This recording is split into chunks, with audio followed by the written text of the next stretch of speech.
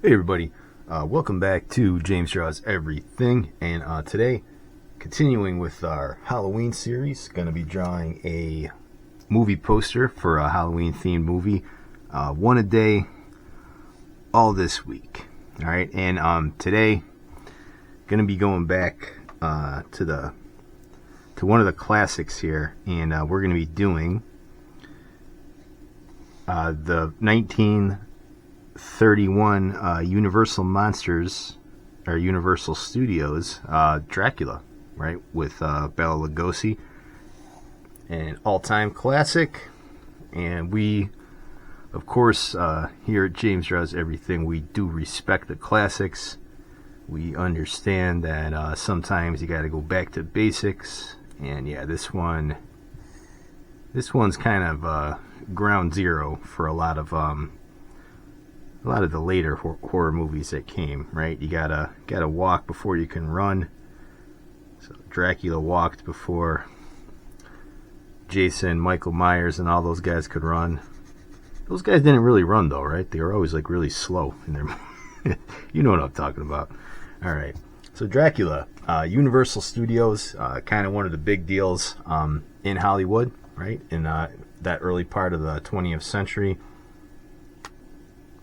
The story of Dracula, of course, is based on Bram Stoker's novel, which came out in 1897. And then, if you're also watching my my Every Country's Flag video series, and you saw my Romania episode, you know that the legend of Dracula was actually based on a real person, right? A real Romanian guy, Vlad Tepes. And the movie follows the novel fairly closely, right? So you got this guy, Dracula from Transylvania, luring people to his castle, right? With his charm, right? And then he kind of feeds on their blood, turning them into vampires.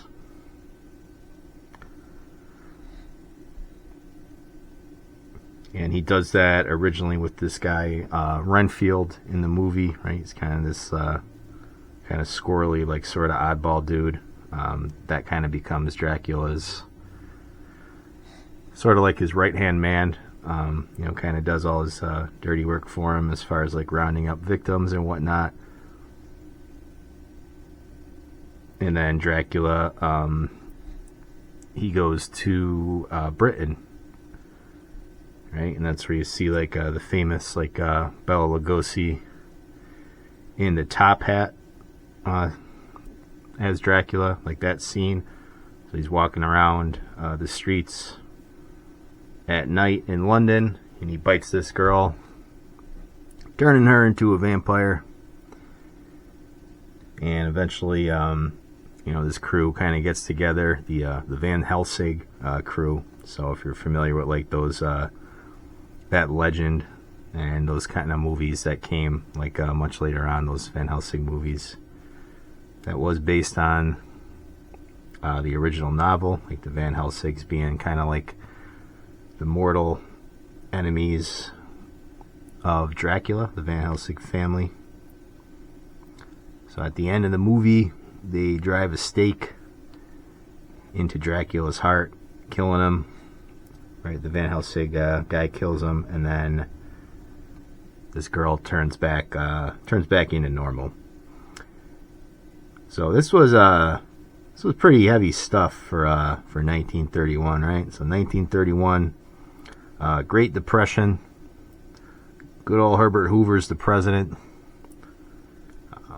Hollywood is still kind of in its infancy at that stage, but Universal Studios is a big production studio, right? So they have a lot of money to do this kind of stuff.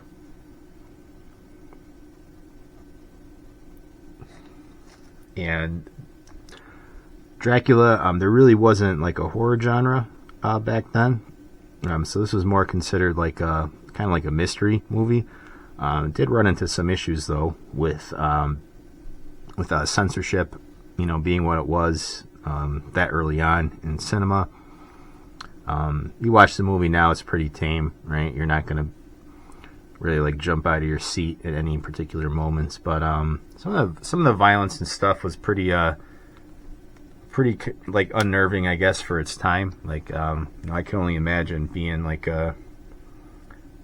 a kid, right, in like the 1930s and watching any of these movies for the first time, even like King Kong or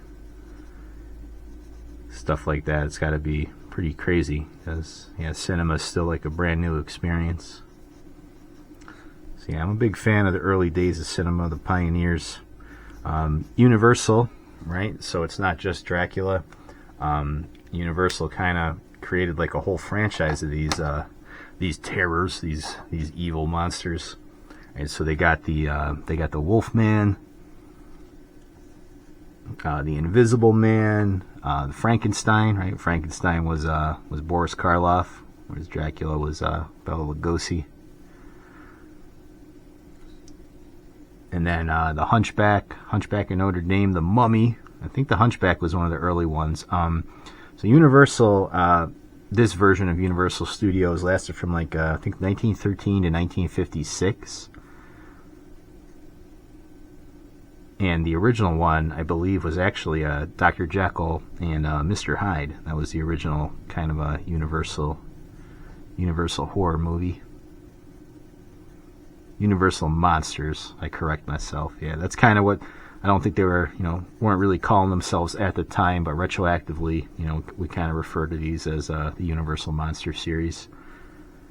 And it proved to be very popular, right? Maybe not as much in its time. It actually got, all these movies got a lot of renewed popularity in like the 70s and the 80s into the 90s with like the advent of home video, right? So you can now watch these classics, right, that maybe you hadn't seen in 20, 30 years. You can watch these at home now, right? And then also start seeing a lot of stuff into that period, like TCM, Turner Classic Movies, buying those huge video libraries to get some of that stuff back out into the public. And of course, a little bit later on, like in the 2000s, you got the big boom with DVDs and stuff. So pretty cool. All this classic material, all this old stuff, kind of gets breathed new life into it. So it can be appreciated by a new audience. And yeah, Dracula. It's kind of noted for having some pretty cool visuals, I think. And one of the interesting things about that is so Bela Lugosi, right? He's Dracula in this. He was actually Dracula on Broadway prior to doing it for Hollywood here. And if you know anything about a lot of those early actors, a lot of them were traditionally trained as stage actors first, right? Because there's really isn't like a Hollywood. Excuse me. There really isn't like a Hollywood yet. So a lot of these people came from the Broadway scene, the plays, which Lugosi did. And then Universal's filming this in Los Angeles, right, in the early 1930s. The director, this guy Todd Browning. They have shop set up on the Universal Studios lot in Los Angeles. And then one of the kind of cool things about this is that when Todd Browning's crew, when they're off set, right, so like overnight or whatever, when they're not working, a Spanish crew actually took the reins and was filming their own version, right? So these guys would kind of alternate. They would alternate shifts and filming. So the Spanish version of Dracula was being filmed at the same time as like the English version. And the Spanish version, this is one of those kind of rare instances where it's actually a lot better than the original. So the Spanish version, they took a much different approach to like the camera angles and stuff.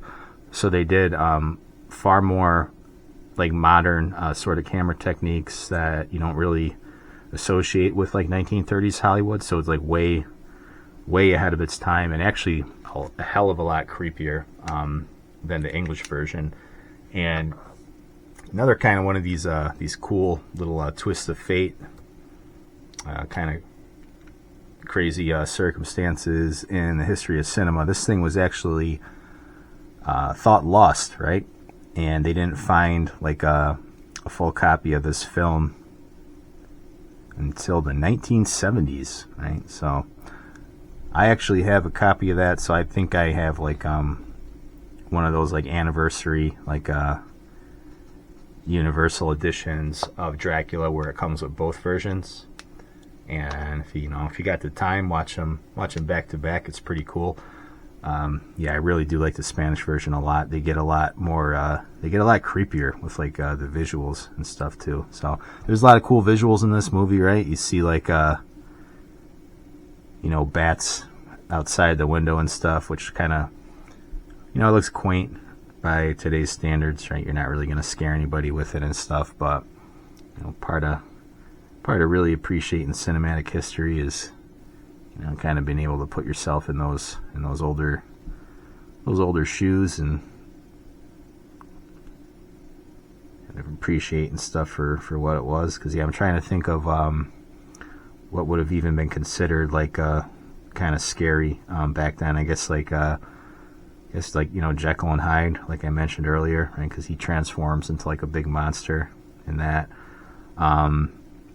The Cabinet of Dr. Caligari, if that was the name of it, right? Because that had some really freaky, sort of surrealist visuals. So anything kind of like surreal and stuff like that would definitely fall under that category. But yeah, so Dracula sort of in that same boat. And remember, Dracula was filmed in the 30s. So Transylvania, right, where his spooky castle is, that was part of Romania in the 30s, right? Because Romania got Transylvania after World War I. But remember, Dracula is supposed to be taking place much earlier, so they were conscious of that and actually used like a lot of Hungarian symbols and whatnot, like when they're designing the set work, because Transylvania was a possession of Hungary prior to the First World War. I'm just gonna he's bathed his skin in like some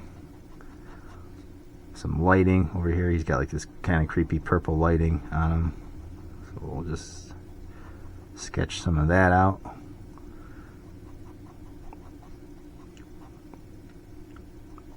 Yeah, and this is it is one of the original Dracula movie posters. So I'm just going to use a little bit of purple just to kind of deepen my shadows here.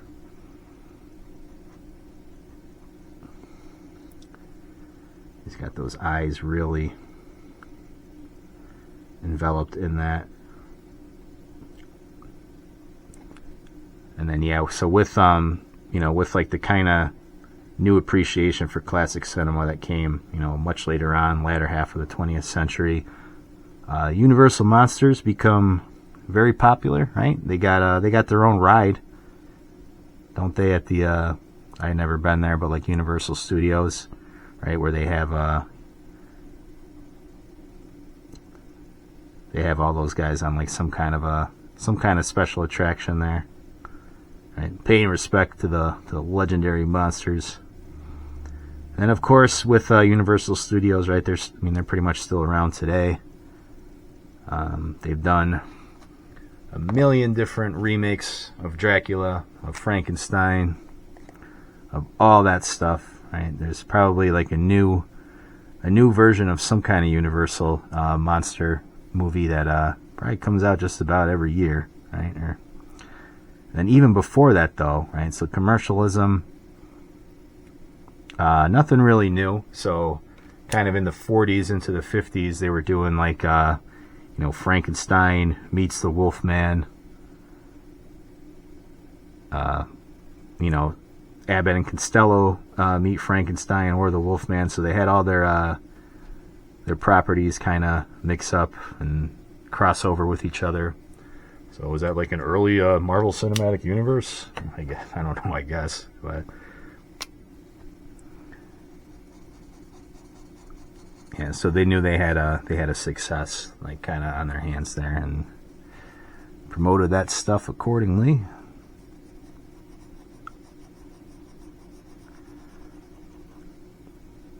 Yeah, so this one, he's mostly just kind of bathed in like a pretty dark light here. So you just kind of see like a close-up of his face. And the rest of that's kind of just dark shadows. So I'm just going to get his hair to be mostly black here. With a little bit of highlights. He's still got a lot more shadow on this side of his face. So let's see here. I just want to hit the back of this with some darker blue. So he's got sort of just like a blue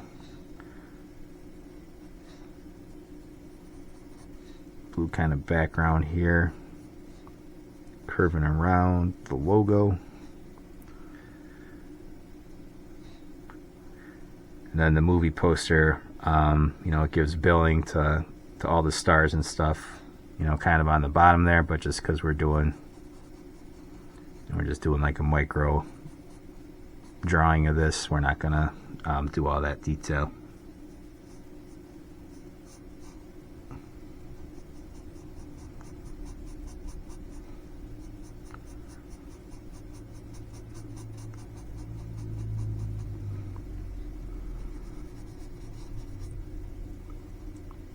Just kind of get in between these letters.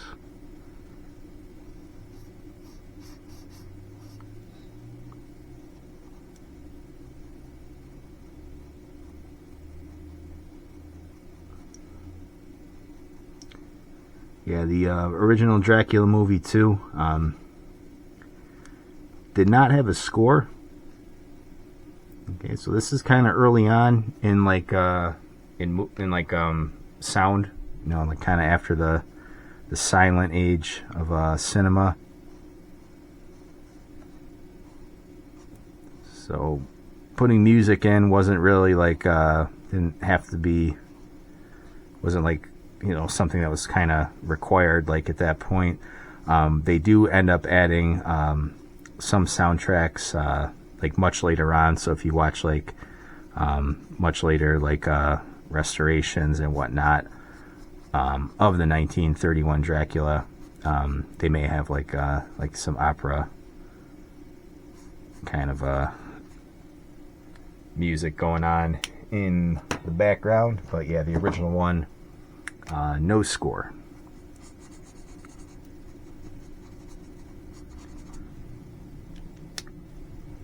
Alright, so let me just kind of play around with some of my darker blues here. So got some really dark shadows behind him.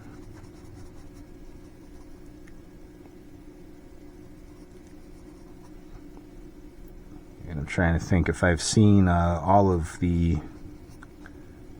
old school Universal monster movies. I know I've seen the Wolfman.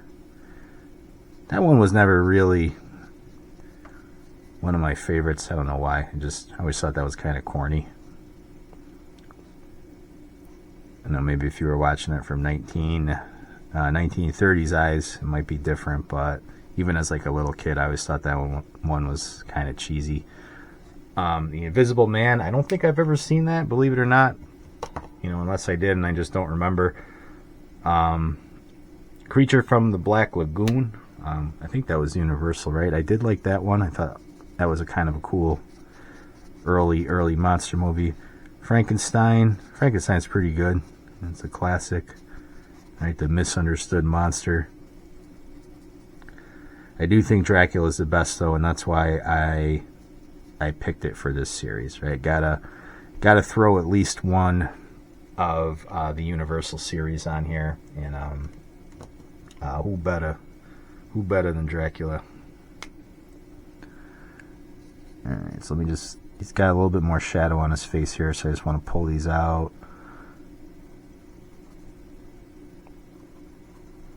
It's kind of odd the way it's laying on his face here in this movie poster.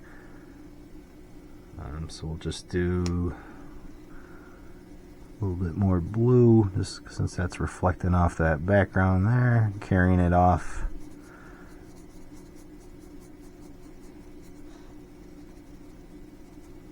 It's a little bit lighter over here. I think that's supposed to represent like a little bit of a shadow around his cloak and whatnot. Okay, so there's a little bit better, and then we'll go in.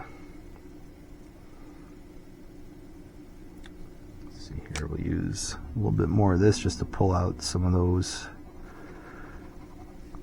shadows a little bit more. And actually, let me get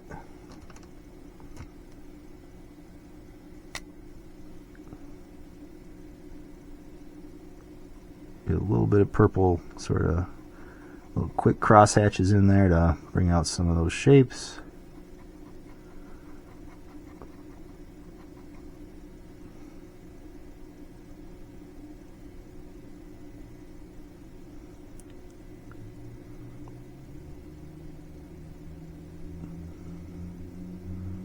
I'm going to shadow those eyes in a little bit more.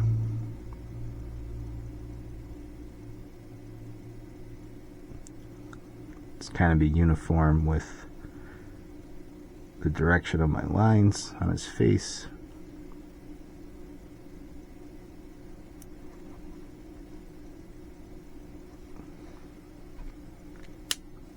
Okay, so yeah, just kind of trying to work from light to dark here, right? Because you can always go darker, can't go lighter. So just building up some of them shapes that I kind of already formed for his face. Fill that in with a little bit more of that earth tone for the skin.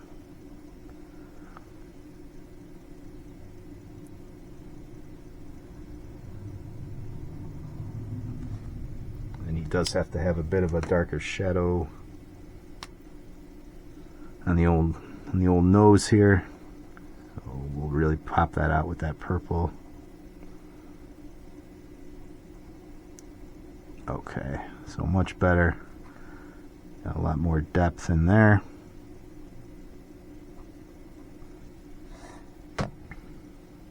Alright, everybody, so I think I'm just about done here. I just want to kind of go over my letters one last time just to make those pop out a little bit more.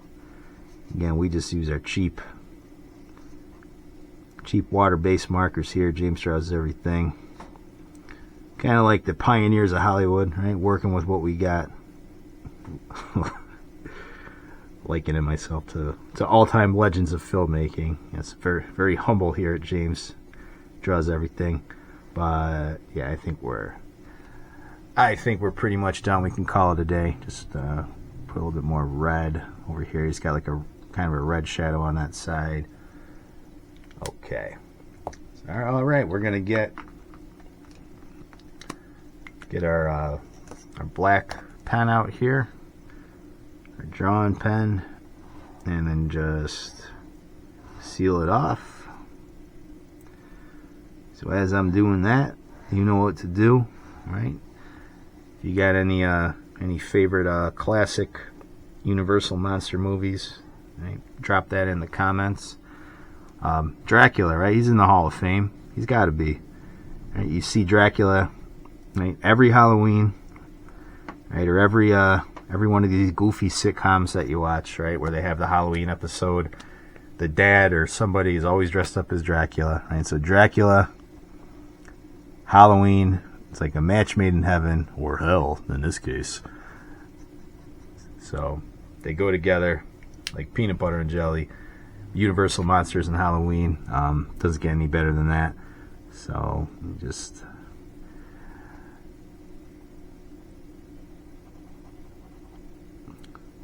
I keep saying I'm done, and then they pull me back in for more and more and more. But yeah, I think we're good here. So all right, everybody, happy Halloween. Like, comment, and subscribe, and I'll see you tomorrow for the next video.